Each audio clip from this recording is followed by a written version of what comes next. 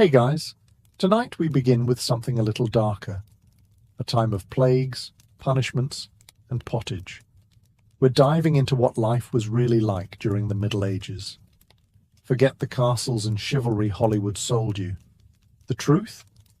You probably wouldn't last a single day. So before you get comfortable, take a moment to like the video and subscribe, but only if you genuinely enjoy what I do here. And let me know in the comments where you're tuning in from and what time it is for you. It's always fascinating to see who's joining us from around the world. Now, dim the lights, maybe turn on a fan for that soft background hum, and let's ease into tonight's journey together. Congratulations, you've just woken up in the year 1325. The good news? You're alive. The bad news? So are the fleas. Your bed is a half-rotted straw mattress stuffed with bugs and hay that smells like a barn floor, because it was a barn floor 3 months ago. There's no memory foam, no pillows, and definitely no Egyptian cotton sheets. Just a wool blanket that hasn't been washed since last winter, and now weighs roughly as much as a small cow from the accumulated grime. You blink awake as the church bell clangs in the distance. It's the medieval version of an alarm clock, only louder and somehow even less merciful. Your home is a wooden hut with one room, no windows, and a charming open-concept floor plan where your family, livestock and domestic insects all share the same space. The smell? Oh, it's a fragrant symphony. A subtle blend of stale beer, human sweat, goat, and something you pray isn't mold, but know in your soul probably is. Scented candles haven't been invented, and even if they were, they just melt on your dirt floor. You try to stretch, but immediately regret it, because the air is freezing and your joints ache. You're 22 years old, which in medieval terms is roughly middle-aged. Your spine creaks like an old wooden door, and your knees sound like a bag of rocks being shaken by a confused peasant. Getting out of bed is a gamble. The floor is either wet from last night's rain, which leaks through the thatched roof, or crusty from something your neighbour's chicken did. Either way, your bare feet are now part of the ecosystem. Oh, and privacy. What's that? Your entire family, and maybe a random cousin who just never left, are waking up beside you. There's no bedroom, no curtains, no me time. Just communal everything. Welcome to morning in medieval Europe, where you're never truly alone, because parasites, rodents, and 8 other people are always with you. And this is just how your day starts. It only gets worse from here. So, you've managed to crawl out of your medieval haystack of horrors. Congrats. Now nature calls. And it's not calling politely. It's screaming. Here's the part where you start missing the modern bathroom. There's no toilet, no seat, no toilet paper, no flush, not even a mildly resentful plunger in the corner. In the 14th century, relieving yourself is an adventure, a social experiment, and often a small public event. If you're a peasant, your bathroom is likely a wooden bucket behind the house, which is already full because Uncle Wolfstan had a rough night after eating bad turnips. The smell is biblical. You hold your breath, do your business, and then, here's the kicker, toss it into the street. Yes, the street. You're supposed to shout something like "Gardiloo" before dumping it out the window. That's Old French for "watch out below," although frankly no one ever moves fast enough. Streets in medieval towns are open sewers, a charming river of human waste, animal droppings, and mystery liquids you'd rather not examine. If you're lucky enough to live in a town with public latrines, congratulations. You get to sit shoulder to shoulder with strangers in an outhouse where privacy is a myth and ventilation is a cruel joke. You might make small talk, but try not to breathe too deeply. Toilet paper? Never heard of it. Most people wipe with straw, leaves, rags, moss, or if they're feeling especially indulgent, a scrap of wool. Sometimes nothing at all, which might explain why handshakes weren't popular yet. And if you're in a castle, surely it's better, right? Well, sort of. You might have a garderobe, a hole in the wall that drops your waist directly into the moat. Great idea. Except that your enemies know this, and yes, attackers sometimes climbed in through the waist chute. Talk about entering through the back door. So whether you're a farmer or a baron, medieval toileting is a humiliation ritual. It's cold, it's public, it's dangerous, and it's never not disgusting. One slip on a whetstone path, and you're face first in humanity's leftovers, and you still haven't brushed your teeth. But we'll get to that next. You survived the toilet. You deserve a reward, right? Maybe a nice breakfast? Something warm, delicious, comforting? Sorry, this is medieval Europe. Nothing is comforting here. Breakfast, if you can call it that, is a grim affair. There are no eggs Benedict, no coffee machines sputtering awake, and certainly no avocado toast. You sit down, or squat near the fire, to a wooden bowl of something that looks like it was scraped off a muddy boot. Welcome to your daily ration of pottage. Pottage is a thick, gloopy stew made of whatever you can find. Grains, root vegetables, maybe a few beans if you're lucky. It's been simmering in the same pot for days, sometimes weeks, and new ingredients are just dumped on top of the old ones. It's less of a recipe and more of an ongoing edible experiment. On the side, a hunk of bread so hard it could deflect arrows. It's made from coarse rye or barley flour, often bulked up with sawdust, ground up acorns, or other creative ingredients, because wheat is a rich man's fantasy. This loaf is not your friend. You don't slice it, you negotiate with it. What about drinks? You're not sipping orange juice or an oat milk latte. You're drinking beer. Yes, beer. At 6 a.m. Why? Because the water is teeming with parasites and filth. So you start your day with weak ale, low alcohol, high survivability. Kids drink it too. No one's happy about it, but at least it won't kill you. Immediately. Want some meat or cheese? Dream on. That's for Sundays and saints' feast days, and only if your lord is feeling generous. Most peasants don't eat meat more than a few times a year. As for fresh fruit, only when it's in season and not already fermented into wine. And don't even think about spices unless you're royalty. A pinch of pepper costs more than your monthly wages. Salt is valuable enough to be locked away. So you chew your gritty bread, gulp your medieval beer, and try not to think about the rat that may have nibbled your porridge in the night. Breakfast doesn't energize you. It just happens to you. And now that you're properly underfed, it's time to work like your life depends on it. Because it absolutely does. So, you've eaten your sad medieval breakfast, and now it's time to get dressed. Not that it'll help. Your wardrobe consists of exactly one outfit. One. It's a rough wool tunic or linen shift that you've worn every day for months, possibly years. There's no such thing as seasonal fashion. There's just wear this until it disintegrates or gives you a fungal infection. Underwear? Optional. If you're lucky, maybe a linen undertunic. If you're not, well, you're going commando under layers of scratchy, sweaty wool, all lovingly stitched together by someone who probably had no idea what a seam was supposed to look like. There's also no washing machine, no soap, and absolutely no dry cleaner in sight. So your clothes are stained, stiff, and scented, like a compost pile that's been left to marinate in a pigsty. Even if you wanted to wash them, it's not easy.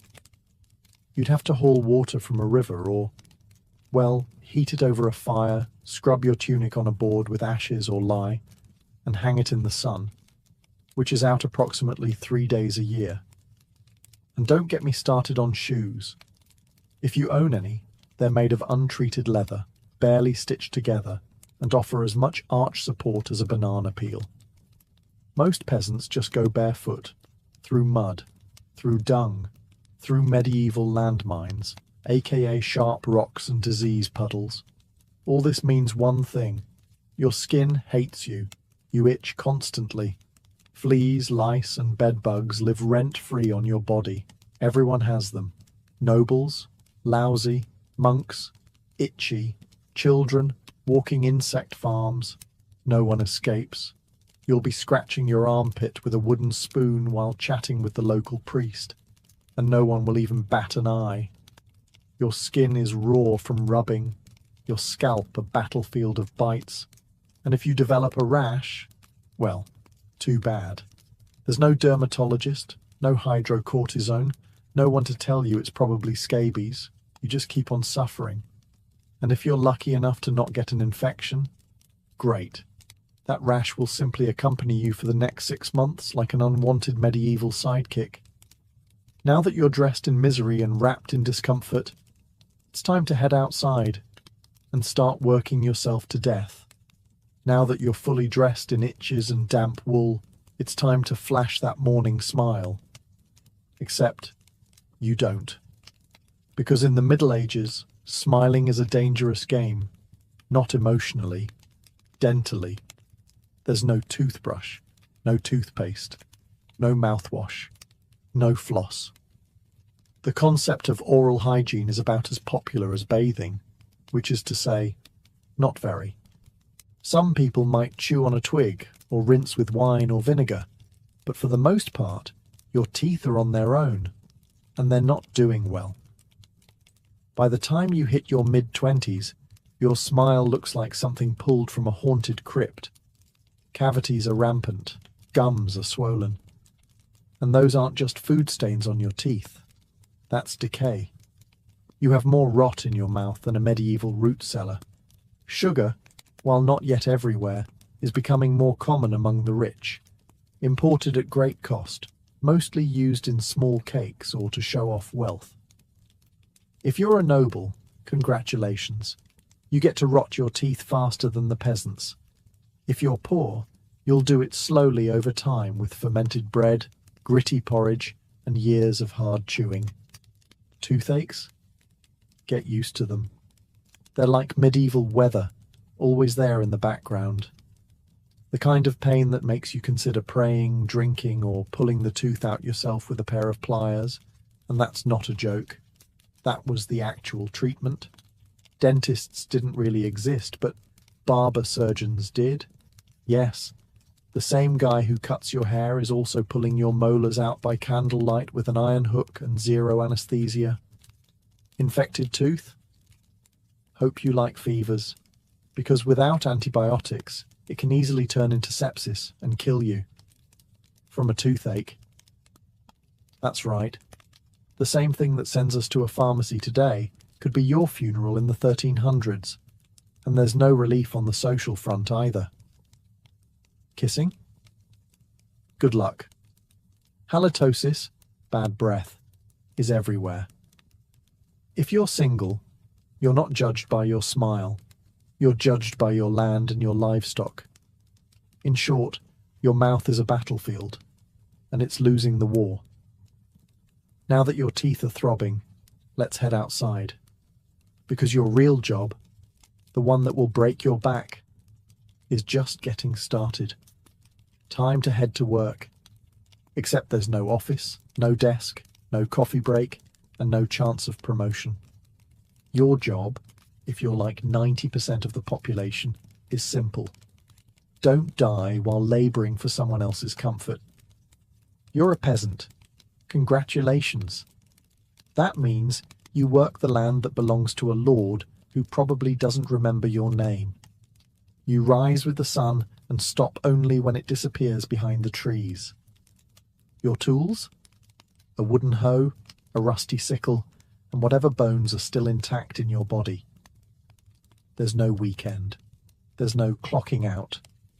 There's only sunrise to sunset, 6 days a week. Sunday is off, but only if you're not harvesting, fighting off raiders, or praying feverishly for your infected toe to stop turning black. The work is brutal.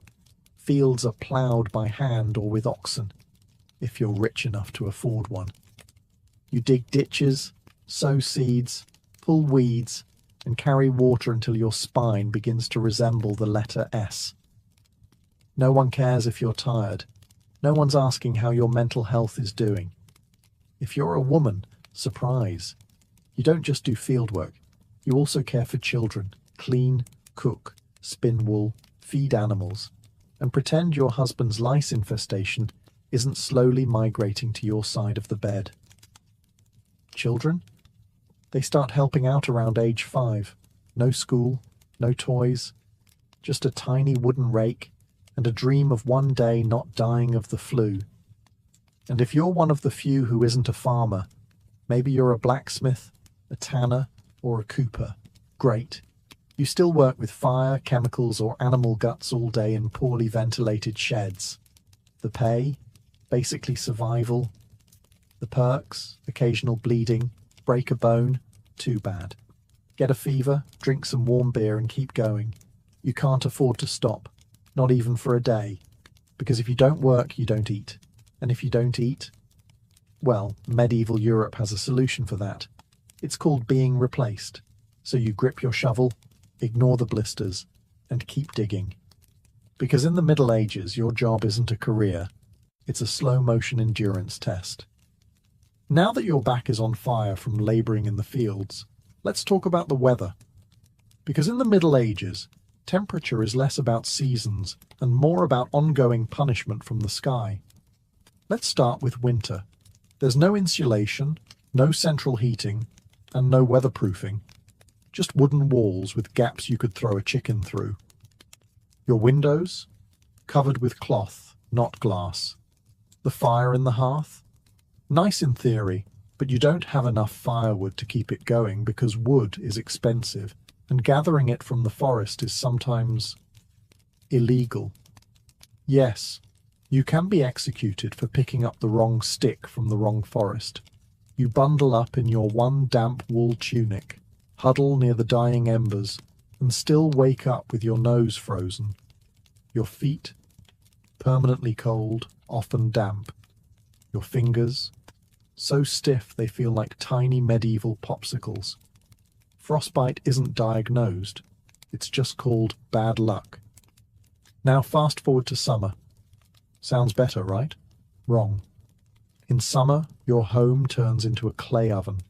There's no fan, no cross breeze, and absolutely no deodorant. You sweat through your layers, but you can't remove them, because showing too much skin is scandalous. And also invites sunburn, insect bites, and social judgment. The flies are out in full force, attracted to your unwashed body, and the smell of last week's goat stew that's still fermenting in the corner. Mosquitoes buzz by your ear while you sleep, assuming you can sleep through the sound of your neighbors yelling and babies crying. In the fields, the sun bakes you. No sunblock, no hat, unless you fashioned one out of straw like a desperate scarecrow. And the worst part, you still have to work. Heatstroke is just called taking a bad turn. So you're either shivering in your own hovel, wondering if your toes will make it to spring, or you're sweating through your only pair of socks while your thighs chafe into oblivion. And the one thing that never changes, no matter the season, your clothes still itch, your food is still terrible, and your next job, still waiting. Welcome to climate control, medieval style. There is none. Feeling thirsty? Need to freshen up? Want to splash a little water on your face to wake up from this damp fever dream of a life? Too bad. In medieval times, water isn't your friend. It's trying to murder you quietly. Let's start with drinking. The nearby stream looks fresh, bubbling and clear, like something out of a fantasy movie. But spoiler alert, it's not. Upstream, Someone just dumped a chamber pot into it. And if not that, then a dead pig is probably decomposing in it. Parasites, bacteria, and the entire microbial army of medieval Europe are waiting in every sip. That's why people drank beer. Yes, beer, even children. But before you imagine medieval kids doing keg stands, understand that it was small beer, weak in alcohol, strong in survival. Brewing boiled the water, so it was safer than whatever flowed through the town ditch. Wine was another option. If you were rich enough to afford it, and unconcerned with functioning properly before noon. What about bathing? Surely water was used for cleaning. In theory, yes. In practice, absolutely not. See, back then, people believed bathing actually opened your pores and let the disease in. That's right. Washing yourself was considered medically risky. You were cleaner, apparently, if you never removed the protective layer of filth caked onto your skin. Communal bathhouses did exist, but they quickly gained reputations as places for gossip, scandal, and sometimes full-on medieval extracurriculars. So naturally, the church got involved and shut many down. Even if you did want to bathe, it was a full production. You'd need to fetch water from the well, boil it over a fire, fill a wooden tub that leaked, and then pray no one else in the house used it before you. Or worse, after. And rainwater? Collected in open barrels where birds poop, insects breed, and moss thrives. Sounds refreshing, doesn't it? So whether it's going in your mouth, on your body, or onto your crops, water in the Middle Ages is less of a life source and more of a gamble. One wrong gulp, and you're spending your final days sweating in a straw bed, clutching your stomach, and contemplating all your life choices. Next time you sip tap water, raise a glass for our ancestors. They didn't have the luxury of hydration without hazard, so you drank the water, or maybe you didn't. Maybe you just stubbed your toe on a rock shaped like disappointment. Either way, you're sick. You need help. You need a doctor. Too bad you live in the Middle Ages where medicine is really just polite torture with a theology degree.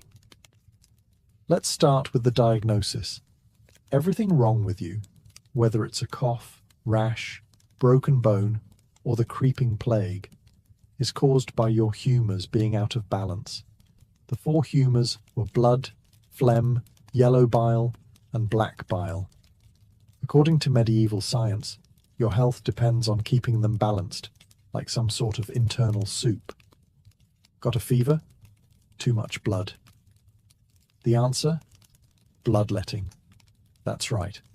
Let's drain your life force into a bowl using a dull blade or a hungry leech. And yes, barbers were often the ones doing it.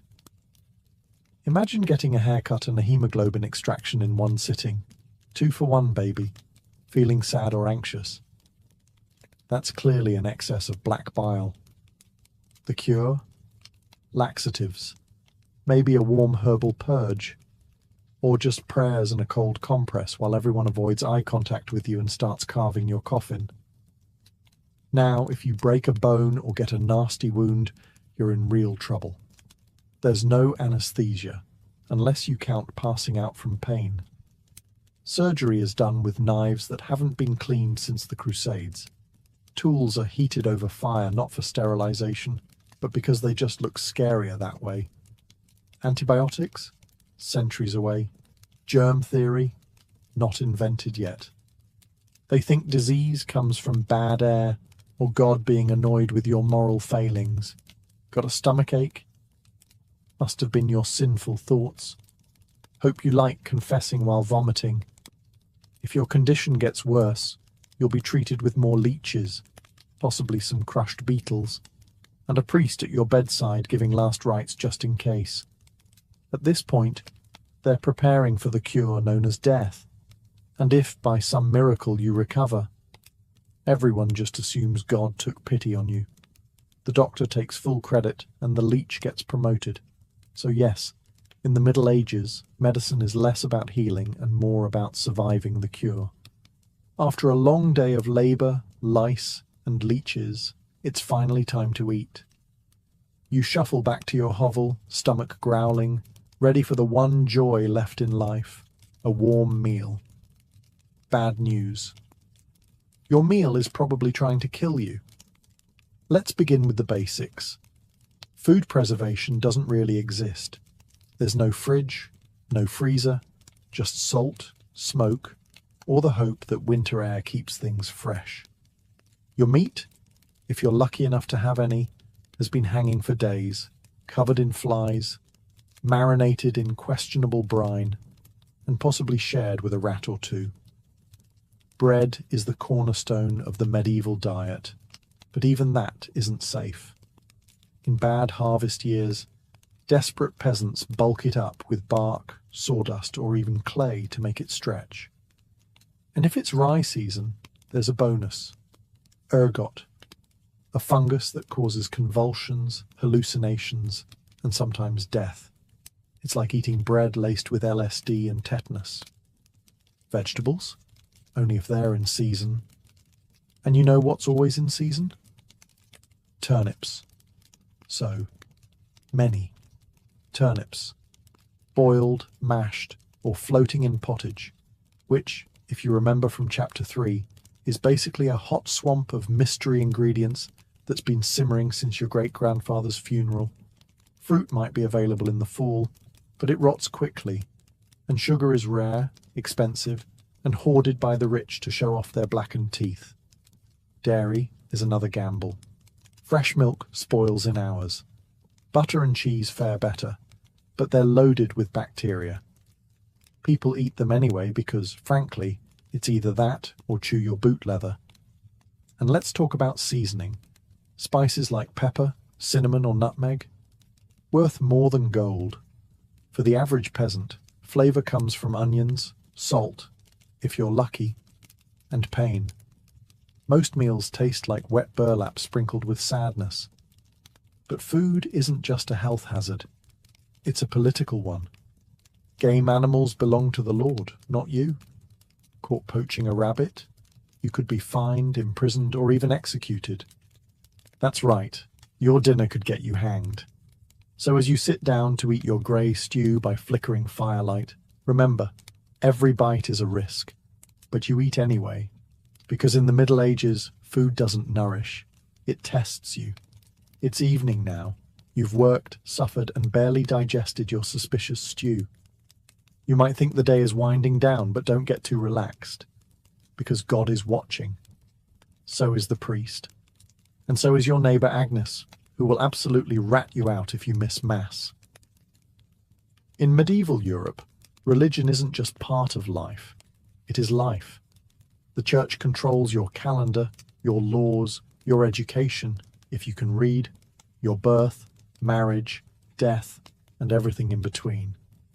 Think of it as your spiritual landlord, and you're always behind on rent. Every day is structured around prayer bells. The town church bell rings in the morning, noon, and night, not because people need reminders, but because missing prayer is a sin. Forget to bow? Sin. Eat meat on a Friday? Sin. Think about your neighbour's wife in that one dream? Double sin. And yes, hell is very real. Vividly real. Priests describe it in glorious detail. Rivers of fire, lakes of boiling blood, demons with pitchforks, and eternal wailing. If the plague doesn't scare you, eternal damnation definitely will.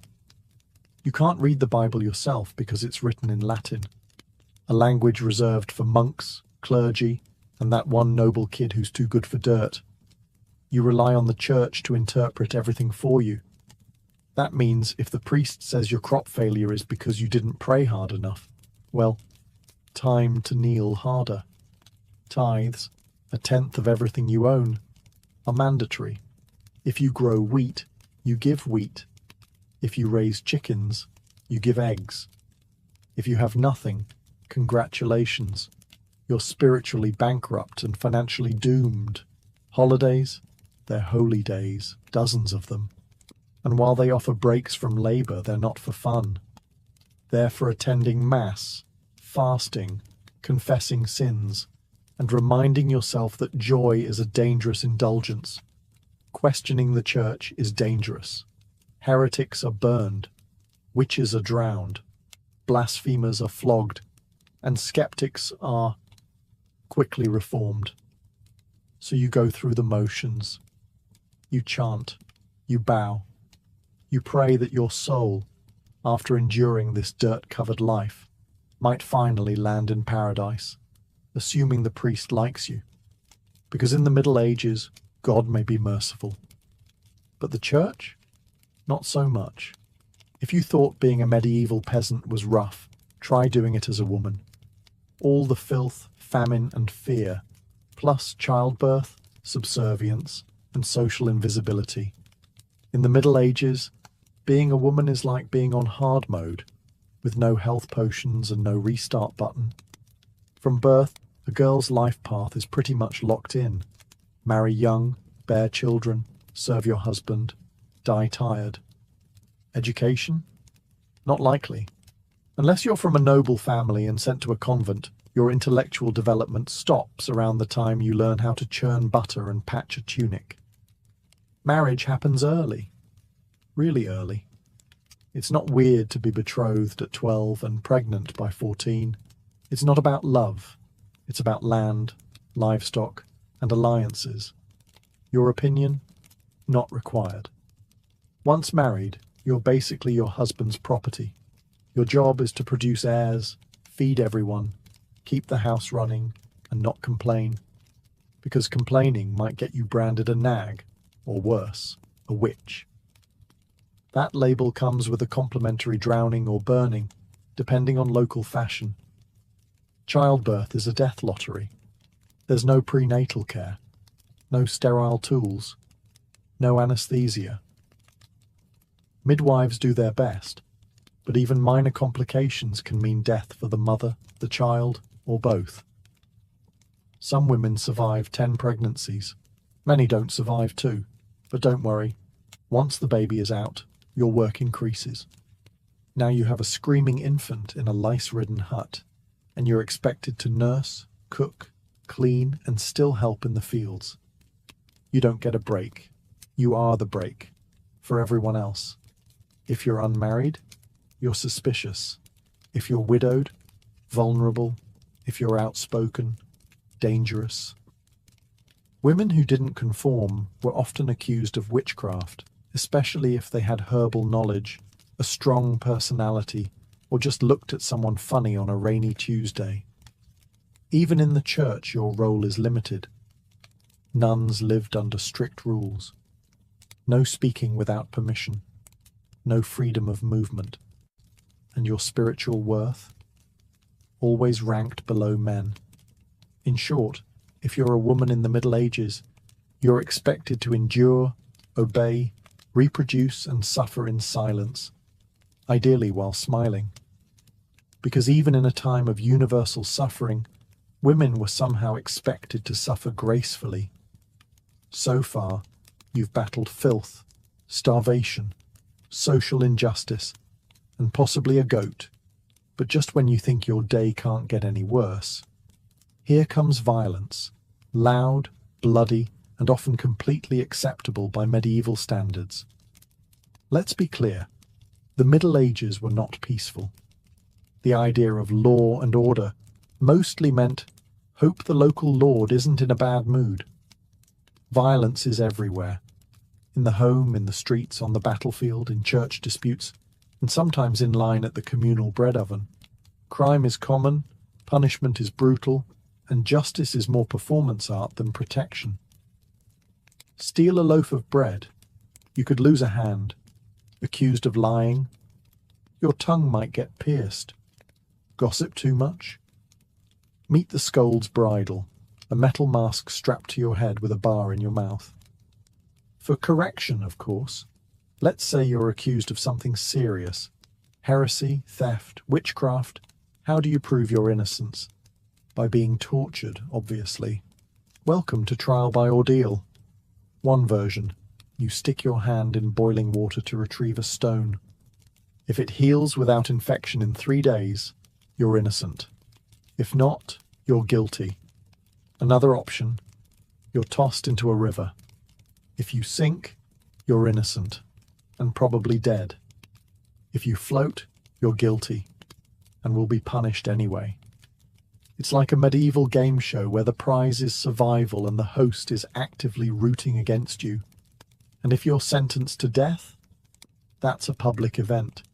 Executions are performed in front of cheering crowds. Hangings, beheadings, burnings. Sometimes people bring snacks. It's the medieval equivalent of cable TV. Domestic violence, completely normal. Husbands were allowed, even expected, to discipline their wives and children. Street fights, commonplace. You could be beaten just for looking the wrong way at a noble's horse. And war, always simmering. Local feuds, territorial disputes, religious crusades. Someone's always marching off to stab someone else in the name of honor, God, or boredom.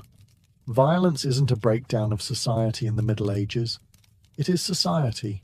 Everyone lives with the constant knowledge that life is fragile, justice is arbitrary, and your neighbor might bash your head in over a pig. So, walk carefully, keep your eyes down, and never trust anyone with a club. At this point, you've made it through the lice, the leeches, the laundryless misery, and the looming threat of public disembowelment. But now comes the final chapter of most medieval lives, an early and unglamorous death. If you're alive and still breathing past the age of 40, you're practically a celebrity. You might even be referred to as the Old One, which is less of a nickname and more of a statistical miracle. Let's break it down. The average life expectancy hovers around 30-40 years, but that number is dragged down heavily by infant mortality. Nearly half of all children died before reaching age 5. Disease, malnutrition, or one bad winter was all it took. No vaccines, no antibiotics, no hope. If you survived childhood, you entered adulthood already exhausted. Work began as soon as you could walk upright, and by 25, your joints creaked like a monastery door. You might be missing several teeth, a finger, and most of your original optimism. Women faced a particularly deadly gauntlet: childbirth. It was one of the leading causes of death for medieval women. No pain relief, no medical intervention, just prayer, hot water, and someone holding your hand while you bled out on a straw-stuffed cot. For men, the dangers were different, but equally relentless. Farming accidents, infections from minor wounds, a neighbor's drunken rage, a crusade gone sideways. Even walking to the market could be risky if you crossed paths with a bored bandit or an angry tax collector. Death could also come quietly, from the plague, which turned cities into cemeteries overnight, or from famine, which could last entire seasons, thinning out entire villages, or from bad luck, like eating spoiled grain and spending your final hours hallucinating and screaming at the walls. And funerals? You were lucky if you got one. Bodies were often buried quickly to avoid disease. No embalming, no polished coffins, just a hole, a few murmured prayers, and a shallow mound of earth, if there was enough space left in the churchyard. So yes, in medieval times, life was brutal, short, and constantly under siege by death in all its casual forms. You didn't retire, you just stopped showing up. And speaking of exits, let's move on to your final chapter. The medieval dream dies. So, how's your day been? You've woken up in filth, relieved yourself into a bucket, brushed your teeth with wishful thinking, nearly passed out from hunger, worked until your spine cried for mercy, scratched your way through itchy wool, prayed to not get plague, and barely dodged a public execution for owning a squirrel. Welcome to a single day in medieval Europe. Still dreaming of becoming a knight? Think again. That romanticized version of the Middle Ages, gallant swordsmen, noble ladies in towers, heroic battles and feasts in candle-lit great halls. It's a myth polished by fairy tales and fantasy books. In truth, the medieval world was gritty, cruel, and deeply unfair. Hierarchy was everything. If you were born poor, you stayed poor. If you were born rich, congratulations. You had a better chance of surviving, but you were still one bad soup away from dysentery and a hasty burial. Even the nobles weren't immune to misery. Castles were drafty stone refrigerators filled with fleas, smoke, and politically motivated marriages. Sure, you had a fur cloak and a goblet of wine, but also a 50% chance of dying in a skirmish or from an infected splinter. Not exactly luxury. The simpler times weren't simple. They were relentless. Everything took longer. Everything hurt more. Everything, from childbirth to chewing, came with consequences. Life was survival, not leisure. And if you did find a quiet moment to think, to dream, to imagine something better, there wasn't much you could do with it. No upward mobility, no modern medicine, no internet to Google, "What's this weird rash?" You lived, suffered, worked, and died within a 10-mile radius of where you were born. But here's the wildest part. Through all of this, people still laughed, sang songs, told stories, fell in love, and found meaning. Not because life was easy, but because humans are stubborn like that. Even in the darkest chapters, they made space for light. So tonight, when you slip into your clean bed with indoor plumbing, antibiotics, and central heating, maybe say a quiet thank you to the modern world, and to your ancestors who fought rats, famine, and feudalism, so you wouldn't have to. Long before she was Catherine the Great, Empress of all Russia, mistress of reform, and icon of ambition, she was simply Sophie. Born Sophie Friederike Augusta von Anhalt-Zerbst in 1729, she was the daughter of a relatively obscure German princely family. Her tiny duchy in Pomerania offered little in terms of power, but Sophie herself, she had something no title could provide: razor-sharp intelligence, relentless charm, and a quiet, burning hunger for greatness. Her upbringing was strict. Her mother, Johanna, was cold and calculating, not a warm, nurturing figure, but a social climber obsessed with status. Sophie's father, a Prussian officer, was more distant than disciplinary. From a young age, Sophie learned to walk the fine line between obedience and cunning. She read voraciously, spoke multiple languages, and learned how to observe a room before speaking in it, skills that would soon become survival tools in one of Europe's most brutal courts. When the Russian Empress Elizabeth Petrovna began searching for a wife for her heir, Grand Duke Peter, she looked beyond Russia's borders. Peter himself was of German descent, and Empress Elizabeth believed a foreign bride, pliable and grateful, would be easier to control. Sophie fit the bill perfectly.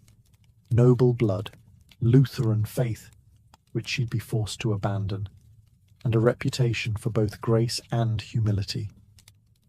At just 14 years old, Sophie was summoned to Russia. She arrived in the freezing capital of St. Petersburg in 1744, wearing thin German fabrics and a diplomatic smile. Her mother pushed her forward like a chess piece. Sophie, however, had her own game in mind. To become acceptable in Russian society, she converted to Orthodoxy, taking the name Ekaterina Alexeyevna, Catherine. The ceremony was public, symbolic, and life-altering. She wasn't just changing religions. She was burning the bridge behind her, stepping into a foreign empire with no way back. No one watching that quiet teenage girl in a fur-trimmed coat could have predicted what would come next. Betrayal, revolution, enlightenment, and empire.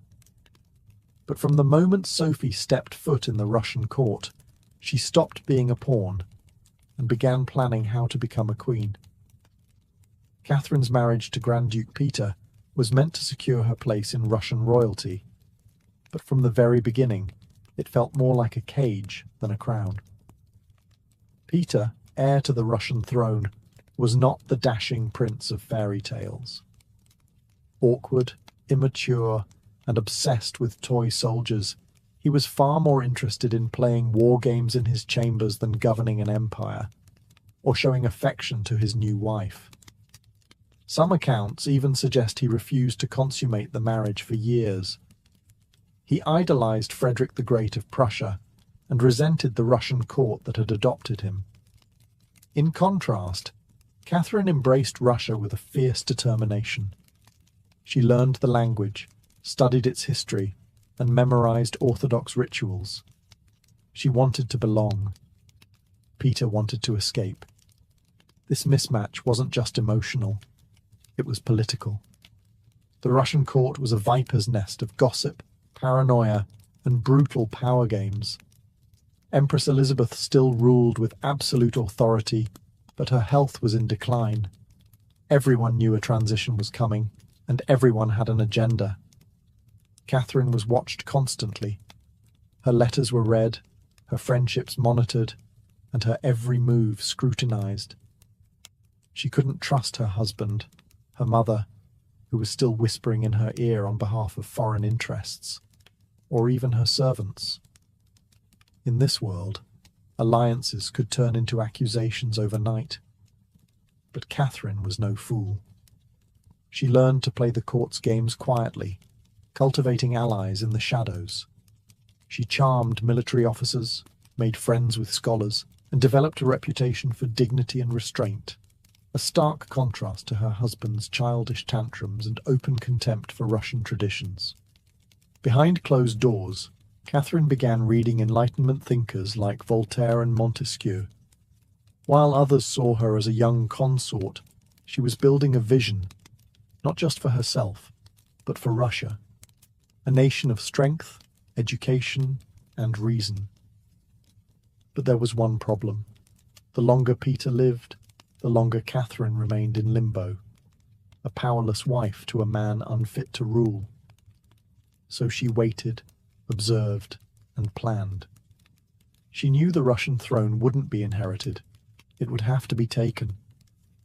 In 1762, after nearly 2 decades of waiting, watching, and quietly maneuvering, Catherine saw her moment and seized it with breathtaking precision.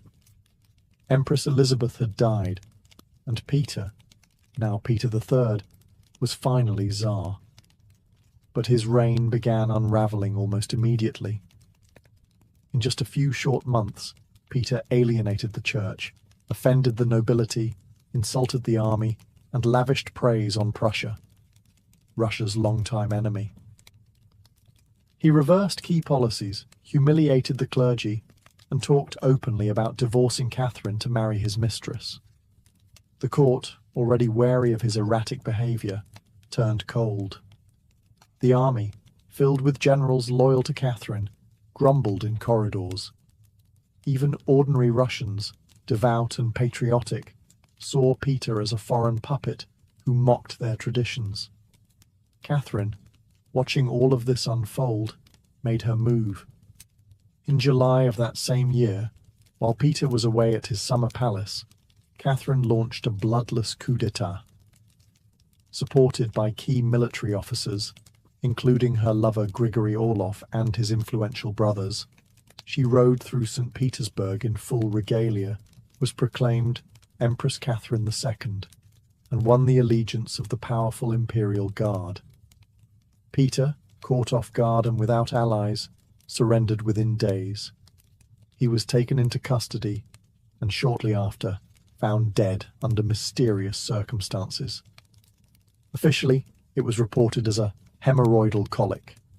Unofficially, it was murder. Catherine was now empress, not by birth, not by marriage, but by will, wit, and audacity. It was unprecedented. A foreign-born woman with no legitimate claim had taken the Russian throne without a single battle. But her real challenge was just beginning. She had to transform that bold grab for power into a lasting legacy. Would Russia accept her? Would the nobility respect her? Could she hold the empire together without falling victim to the same fate as her husband? Catherine understood that power gained through intrigue could be lost just as easily. She needed to rule not as a schemer, but as a visionary. And so began her transformation, from a careful conspirator to a reforming empress, one who would redraw borders, embrace the Enlightenment, and redefine what it meant to be a woman in power. Once Catherine had the crown, she could have rested on her power, but she didn't.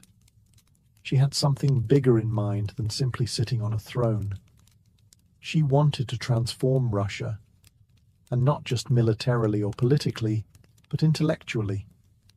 While Peter had worshipped Frederick the Great and toy soldiers, Catherine idolized Voltaire, Diderot, and the bold thinkers of the Enlightenment. She believed in reason, progress, education, and the role of a monarch as a servant of the people, even if she herself ruled with absolute authority. Catherine didn't just read Enlightenment philosophy, she lived it. She corresponded directly with Voltaire for over 15 years, flattering him while defending her autocracy. She invited Diderot to her court and even purchased his entire library to support him financially. Behind closed doors, she pored over legal texts, debated reforms, and crafted policies to modernize the empire. Her early reign was filled with efforts to codify Russian law. She formed the Legislative Commission in 1767, an ambitious project intended to rewrite the entire legal code of Russia. Catherine's own nakaz, or instruction, was a political manifesto in disguise, one that spoke of equality before the law, the dangers of torture, and the responsibility of rulers to serve the common good. For an empress in 18th century Russia, it was radical. But Enlightenment ideals had to survive the realities of Russia, a vast, feudal, deeply conservative land, ruled by nobles who liked their serfs exactly where they were, beneath them. Catherine knew this. While she advocated reform, she moved carefully. She abolished some forms of torture, expanded access to secular education, and built schools and libraries. But she also reaffirmed the nobility's control over their serfs to keep them loyal. This was Catherine's balancing act. A philosopher queen in public, a practical empress in private. She walked a tightrope between ideology and survival, between the shining salons of Paris and the gritty politics of Moscow. Her vision for Russia was bold, but always calculated. In many ways, Catherine wasn't trying to make Russia European. She was trying to make Russia modern, on her terms. And that meant reform, yes, but with an iron hand in a velvet glove. Catherine wasn't content with reforming Russia from within. She wanted to expand it outward, to make it an empire worthy of fear, admiration, and envy. Where Peter the Great had opened a window to the west, Catherine aimed to knock down the walls. Under her leadership, Russia's borders stretched wider than ever before. She waged wars not just to defend her crown, but to reshape the map of Europe. One of her most significant campaigns was against the Ottoman Empire. These wars, fought in waves throughout the 1760s and 1770s, weren't just about territory. They were about influence. Catherine saw herself as the liberator of Orthodox Christians living under Muslim rule and as the rightful protector of Eastern Europe. Under generals like Alexander Suvorov and Grigory Potemkin, Russia captured key regions including Crimea, the northern coast of the Black Sea, and access to warm water ports, something Russian Tsars had coveted for generations. These victories weren't just military, they were symbolic. With each conquest, Catherine sent a message. Russia was no longer the distant, backward cousin of Europe. It was a continental force. She also turned her gaze westward. In a series of deals and diplomatic maneuvers, Catherine participated in the partitions of Poland, carving up the struggling Polish-Lithuanian Commonwealth along with Austria and Prussia. By the end of the Third Partition in 1795, Poland was erased from the map, and Russia claimed vast new lands and millions of new subjects. But Catherine didn't just conquer with armies. She also colonized with ideas. New cities were built. Trade routes were expanded. German settlers were invited to cultivate Russian farmland. The empire became a mosaic, from the icy Baltic to the sun-drenched shores of the Black Sea. And through it all, Catherine remained the central force, reading reports, issuing orders, and personally overseeing the shape of her expanding empire. Critics would accuse her of being power-hungry, even imperialistic. But to Catherine, expansion wasn't ambition, it was destiny. A great ruler, she believed, was measured not just by ideas, but by borders.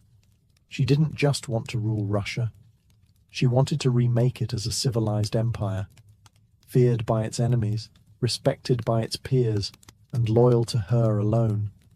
For all her brilliance and power, Catherine the Great was just as famous for what went on behind palace doors. And no, not all of it was whispered in libraries. Catherine's private life became one of the most talked about aspects of her reign. She had lovers, not just one or two, but a carefully curated parade of them, many decades younger, often handsome, and sometimes politically influential. She didn't hide them. In fact, she often rewarded them with titles, estates, and pensions, if they behaved well. If not, they were quietly dismissed, sometimes with a polite thank you and a promotion. Among the most important of these lovers was Grigory Potemkin, a man as brilliant as he was bold. Their relationship blurred the lines between romance, politics, and partnership. Some historians believe they may have even married in secret. Together, they shaped military campaigns, colonization projects, and the transformation of southern Russia. Potemkin wasn't just a lover, he was her co-ruler in many ways. Still, Europe couldn't look past the scandal. Gossip swirled. Satirical pamphlets painted her as lustful, insatiable, even unhinged. And after her death, the rumors only got worse, the most infamous being the completely false and grotesque tale involving a horse, spread by her enemies to smear her legacy. But why the obsession? Simple. Catherine was a woman who wielded power unapologetically, and in a world where female rulers were expected to be either saintly virgins or tragic figures, she refused to play the role. She lived, loved, and ruled on her own terms, and that made her dangerous. Ironically, while her critics painted her as immoral, Catherine herself was deeply philosophical about love and sexuality. She believed pleasure was a natural part of life, and that personal relationships didn't have to threaten public responsibility. She separated emotion from governance, a feat few male rulers managed. In reality, her liaisons were often strategic. She surrounded herself with men who were loyal, capable, and politically useful. And when they ceased to be, she let them go, usually with a smile and a generous retirement. Catherine's love life didn't weaken her rule. It was part of her strategy, a blend of passion and power that made her unforgettable, envied and feared. For all her charisma and control, Catherine's reign was not without peril. And in 1773, that peril came in the form of a bearded Cossack named Yemelyan Pugachev. He was no ordinary rebel. Pugachev claimed to be none other than Peter III, Catherine's dead husband. According to him, he had survived the coup and now returned to reclaim the throne from the German usurper. It was absurd. Peter was long gone. But to Russia's oppressed and exhausted lower classes, the claim didn't need to be true. It just needed to offer hope. Pugachev promised liberation, an end to serfdom, lower taxes, and land for the common people. His words lit a fire across the Volga River region, especially among Cossacks, peasants, and old believers. In a time when the gap between nobles and serfs had widened brutally, his promises sounded like salvation. The Pugachev rebellion became the largest peasant uprising in Russian history. Towns were taken, fortresses fell, nobles were slaughtered. For a terrifying moment, it seemed as if the empire itself might fracture. Catherine was shaken. This wasn't a foreign war she could win with cavalry and treaties. This was a revolt from within. Her own people, rising against the system she ruled. But Catherine didn't panic. She acted. She dispatched professional military forces to crush the rebellion, ruthlessly. Pugachev's forces were defeated in 1774. He was captured, displayed in an iron cage, and eventually beheaded in Moscow, a public warning to all who dared follow. Afterward, Catherine doubled down on order and control. Her dreams of liberating the serfs quietly faded into silence. The rebellion had shown her the limits of enlightenment in a country still shackled by feudalism. She now leaned harder on the nobility, who offered loyalty in exchange for absolute control over their serfs. This was a turning point. The empress who once quoted Voltaire now prioritized stability over philosophy. Reform became cautious, surveillance increased. Rebellion, even whispered, was to be stomped out before it had breath. Pugachev may have lost his head, but he left behind a warning that haunted Catherine, that power built on inequality could only hold so long before the storm came crashing through. By the time Catherine the Great approached the final years of her life, she had ruled Russia for over 3 decades, longer than any female ruler in Russian history. From the moment she seized power, she had defied expectations, reshaped her empire, and redefined what a woman and a monarch could be. Under Catherine's reign, Russia became a true European powerhouse. Its territory expanded by over 200,000 square miles, swallowing Crimea, parts of Poland, and stretches of the Black Sea coast. These weren't just military wins, they were strategic pivots, securing warm water ports and reshaping trade. But her legacy wasn't only drawn on maps. Catherine left a cultural mark as well. She helped found the Hermitage Museum, amassed one of the greatest art collections in Europe, and corresponded with the greatest minds of the Enlightenment. Her court became a centre of sophistication, art, and intellectual ambition. In a country often viewed as backward by Western Europeans, Catherine put Russia firmly on the cultural map. She modernized education, founding schools for girls, and promoted the printing of books. She introduced smallpox inoculation to Russia, even publicly receiving the vaccine herself, an act of scientific bravery in her time. Yet, her reign was also one of contradictions. While she admired Enlightenment ideals, she never freed the serfs. In fact, she extended serfdom deeper into Russia's territories.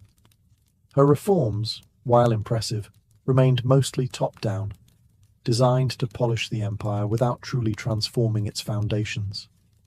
Still, Catherine's rule brought stability and ambition. She understood that power was not inherited. It was crafted, managed, and constantly defended. She ruled not by divine right, but by force of will, political brilliance, and relentless calculation. She was called many things: a usurper, a tyrant, a reformer, a seductress. But above all, she was effective. When she died in 1796, Russia was wealthier, larger, and more formidable than it had been in centuries. She left behind a throne secure, an empire expanded, and a legend that would endure for centuries. Catherine didn't just reign, she ruled, with intellect, strategy, and an unapologetic grip on history. And in doing so, she became more than an empress. She became a myth. For all her power, expansion, and enduring legacy, Catherine the Great was still, at her core, a woman navigating a man's world and reshaping it in her image.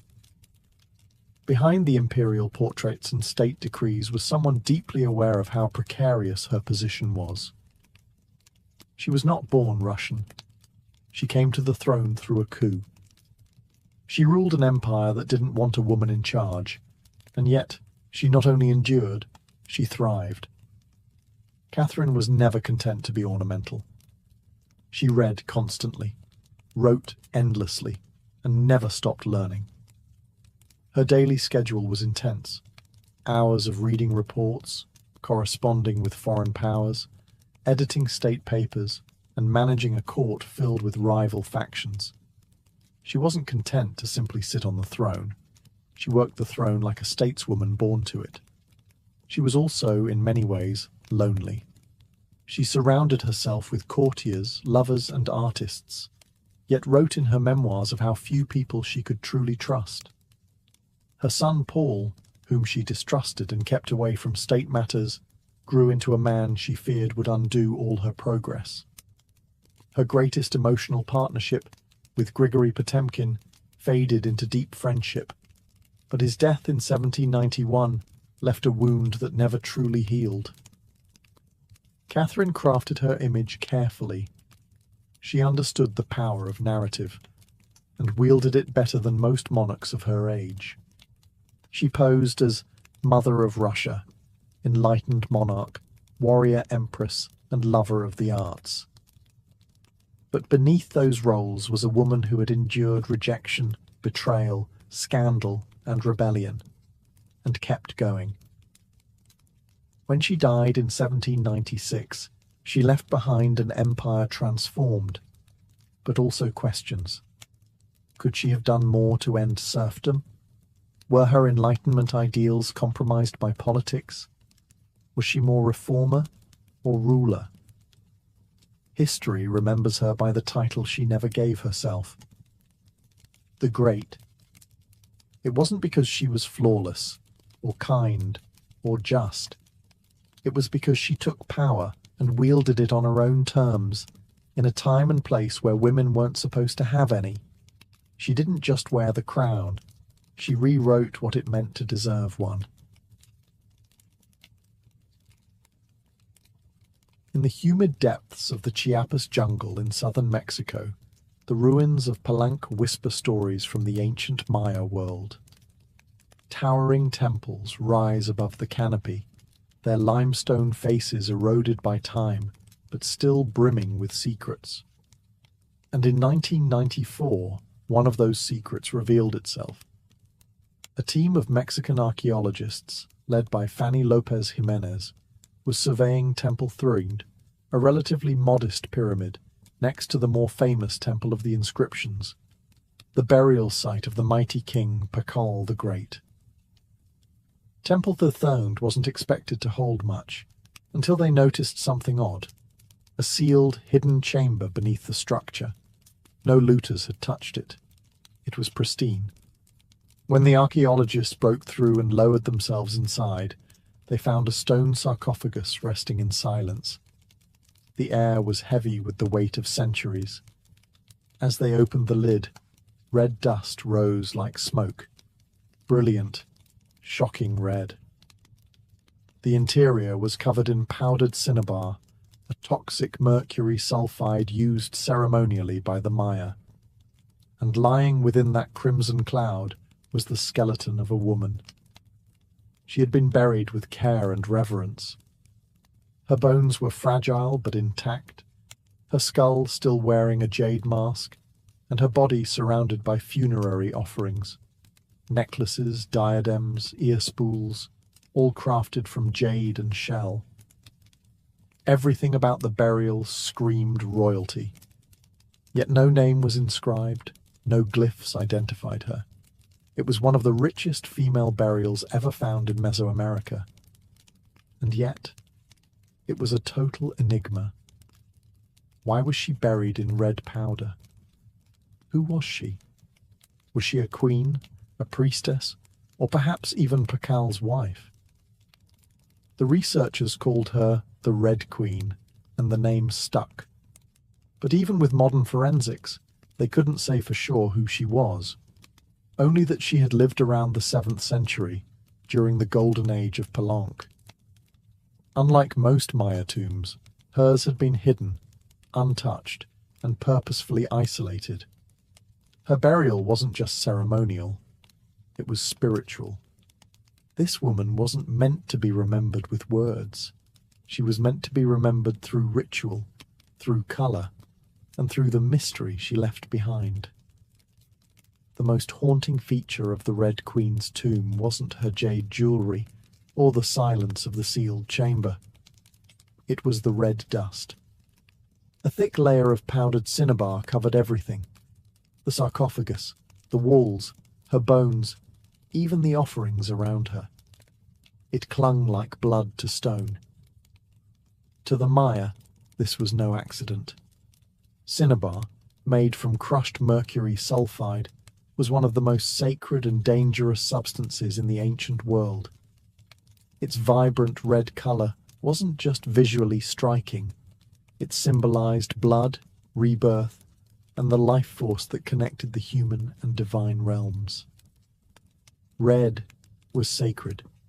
It was the colour of sunrise, of sacrifice, of life emerging from death. And it wasn't just symbolic, it was spiritual. Covering the dead in cinnabar was a ritual meant to transform the body, preserving it not for eternity, but for transition.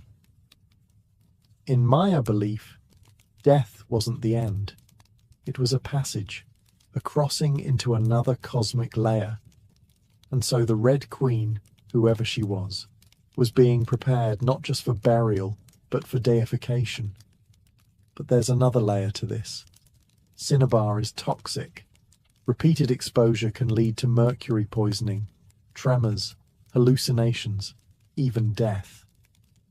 The Maya likely didn't understand the chemistry, but they felt its potency. It was volatile, powerful, dangerous.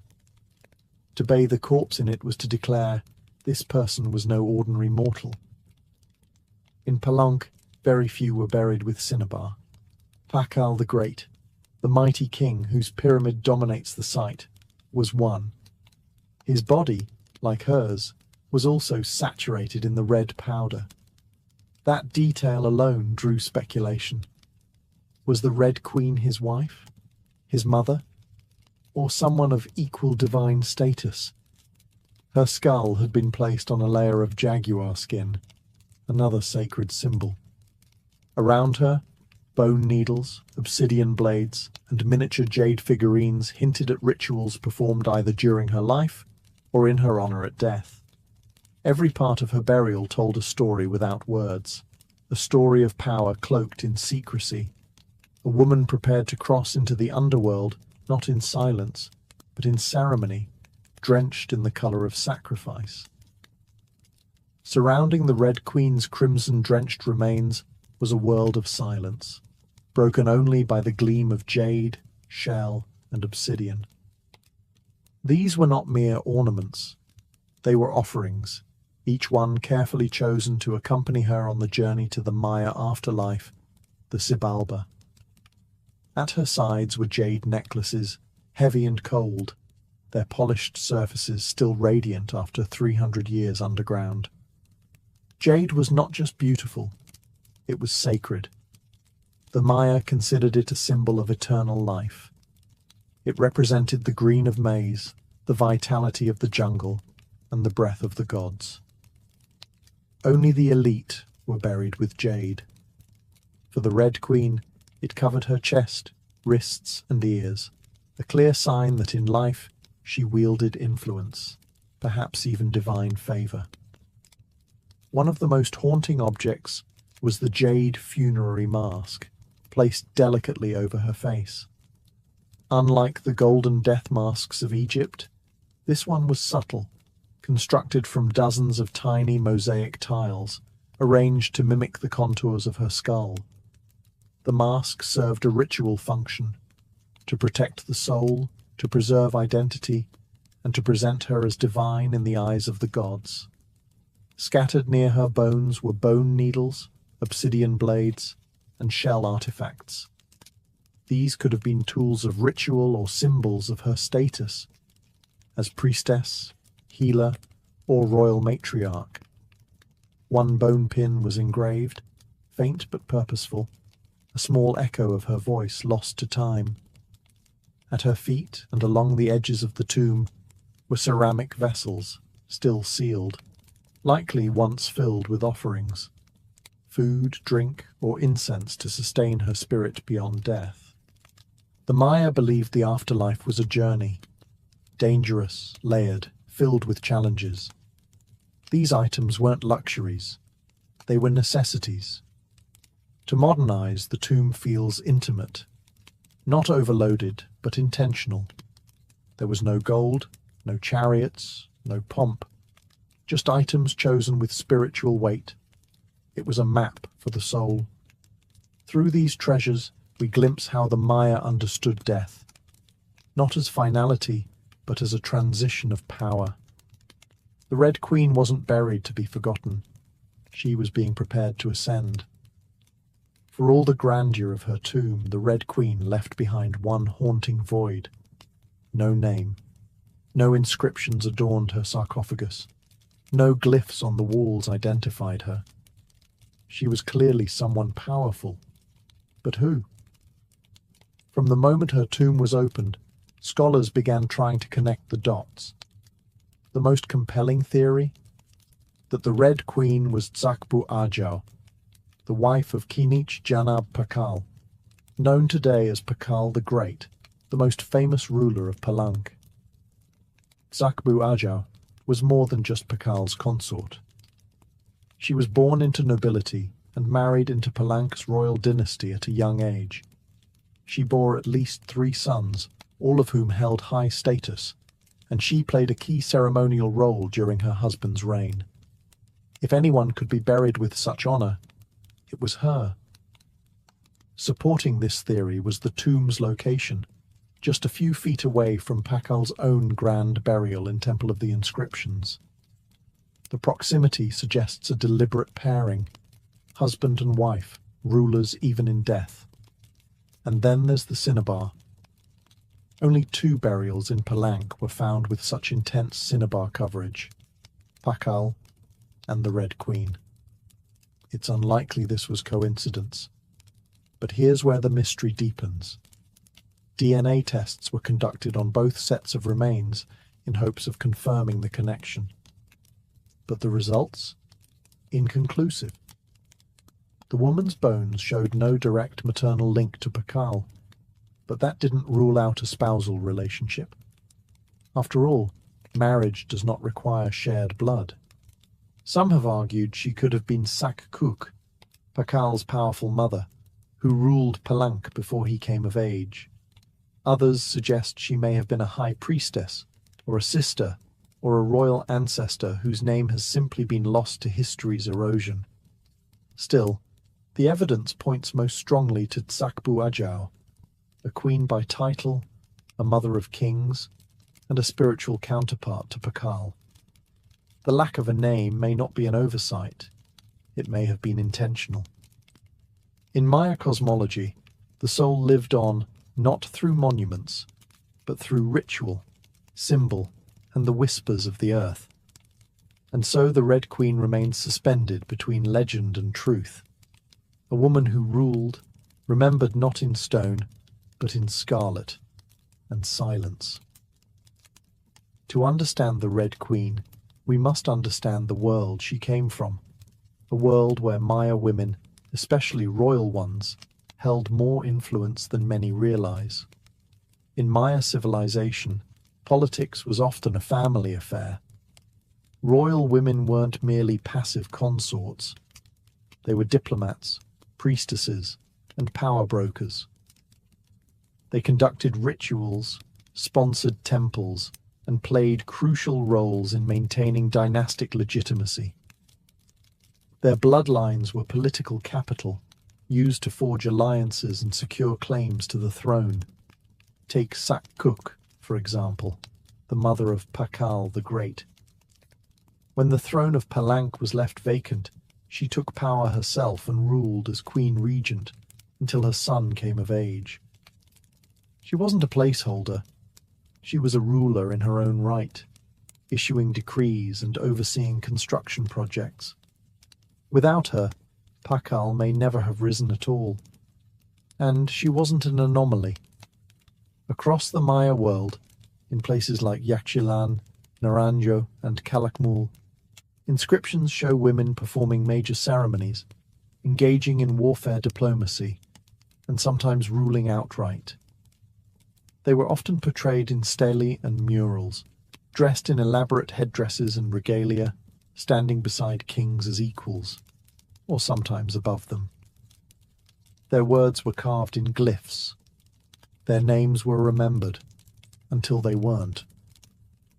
By the time Spanish conquistadors arrived centuries later, much of that memory had eroded. The colonial lens saw native women as silent figures in a male-dominated world. But the archaeology tells a different story, one of complex gender roles, where power was negotiated, not simply inherited. This context casts the Red Queen in a new light. She may not have ruled in name, but her burial, rich, sacred, and positioned beside Pakal, suggests she was a central pillar in the royal order. Her jade mask wasn't just decoration. It was a symbol of identity, of power held in life and protected in death. Her bloodline may have been the very glue that held Palanca's dynasty together. In Maya civilization, a queen wasn't just a queen. She was a keeper of sacred lineage, a voice in ceremony, and often the bridge between gods and men. The Red Queen may be nameless, but in her world, she was never voiceless. The Red Queen wasn't just buried with treasures. She was buried in architecture rich with purpose, layered with Maya cosmology, ritual symbolism, and intentional design. Her tomb wasn't merely a grave, it was a gateway to eternity. Her body was discovered inside Temple Third, one of the smaller pyramids within the heart of Palank, yet its proximity to Temple of the Inscriptions, the resting place of Pakal the Great, is telling. These temples weren't built randomly.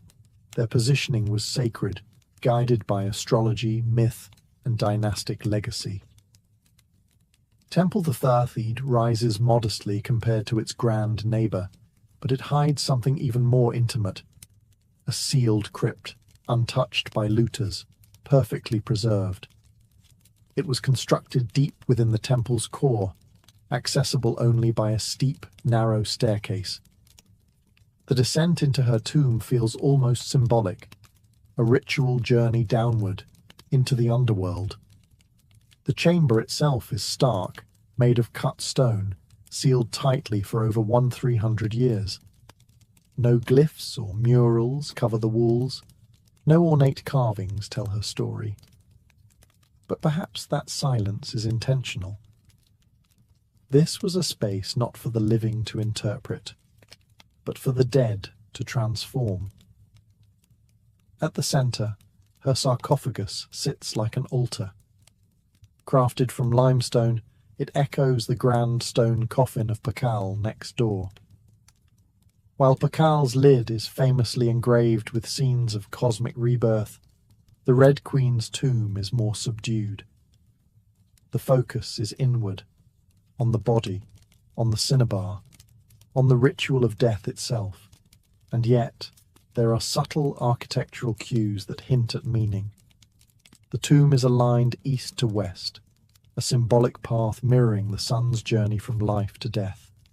The chamber is small, but powerful. It feels deliberate, personal, a sacred enclosure for someone revered.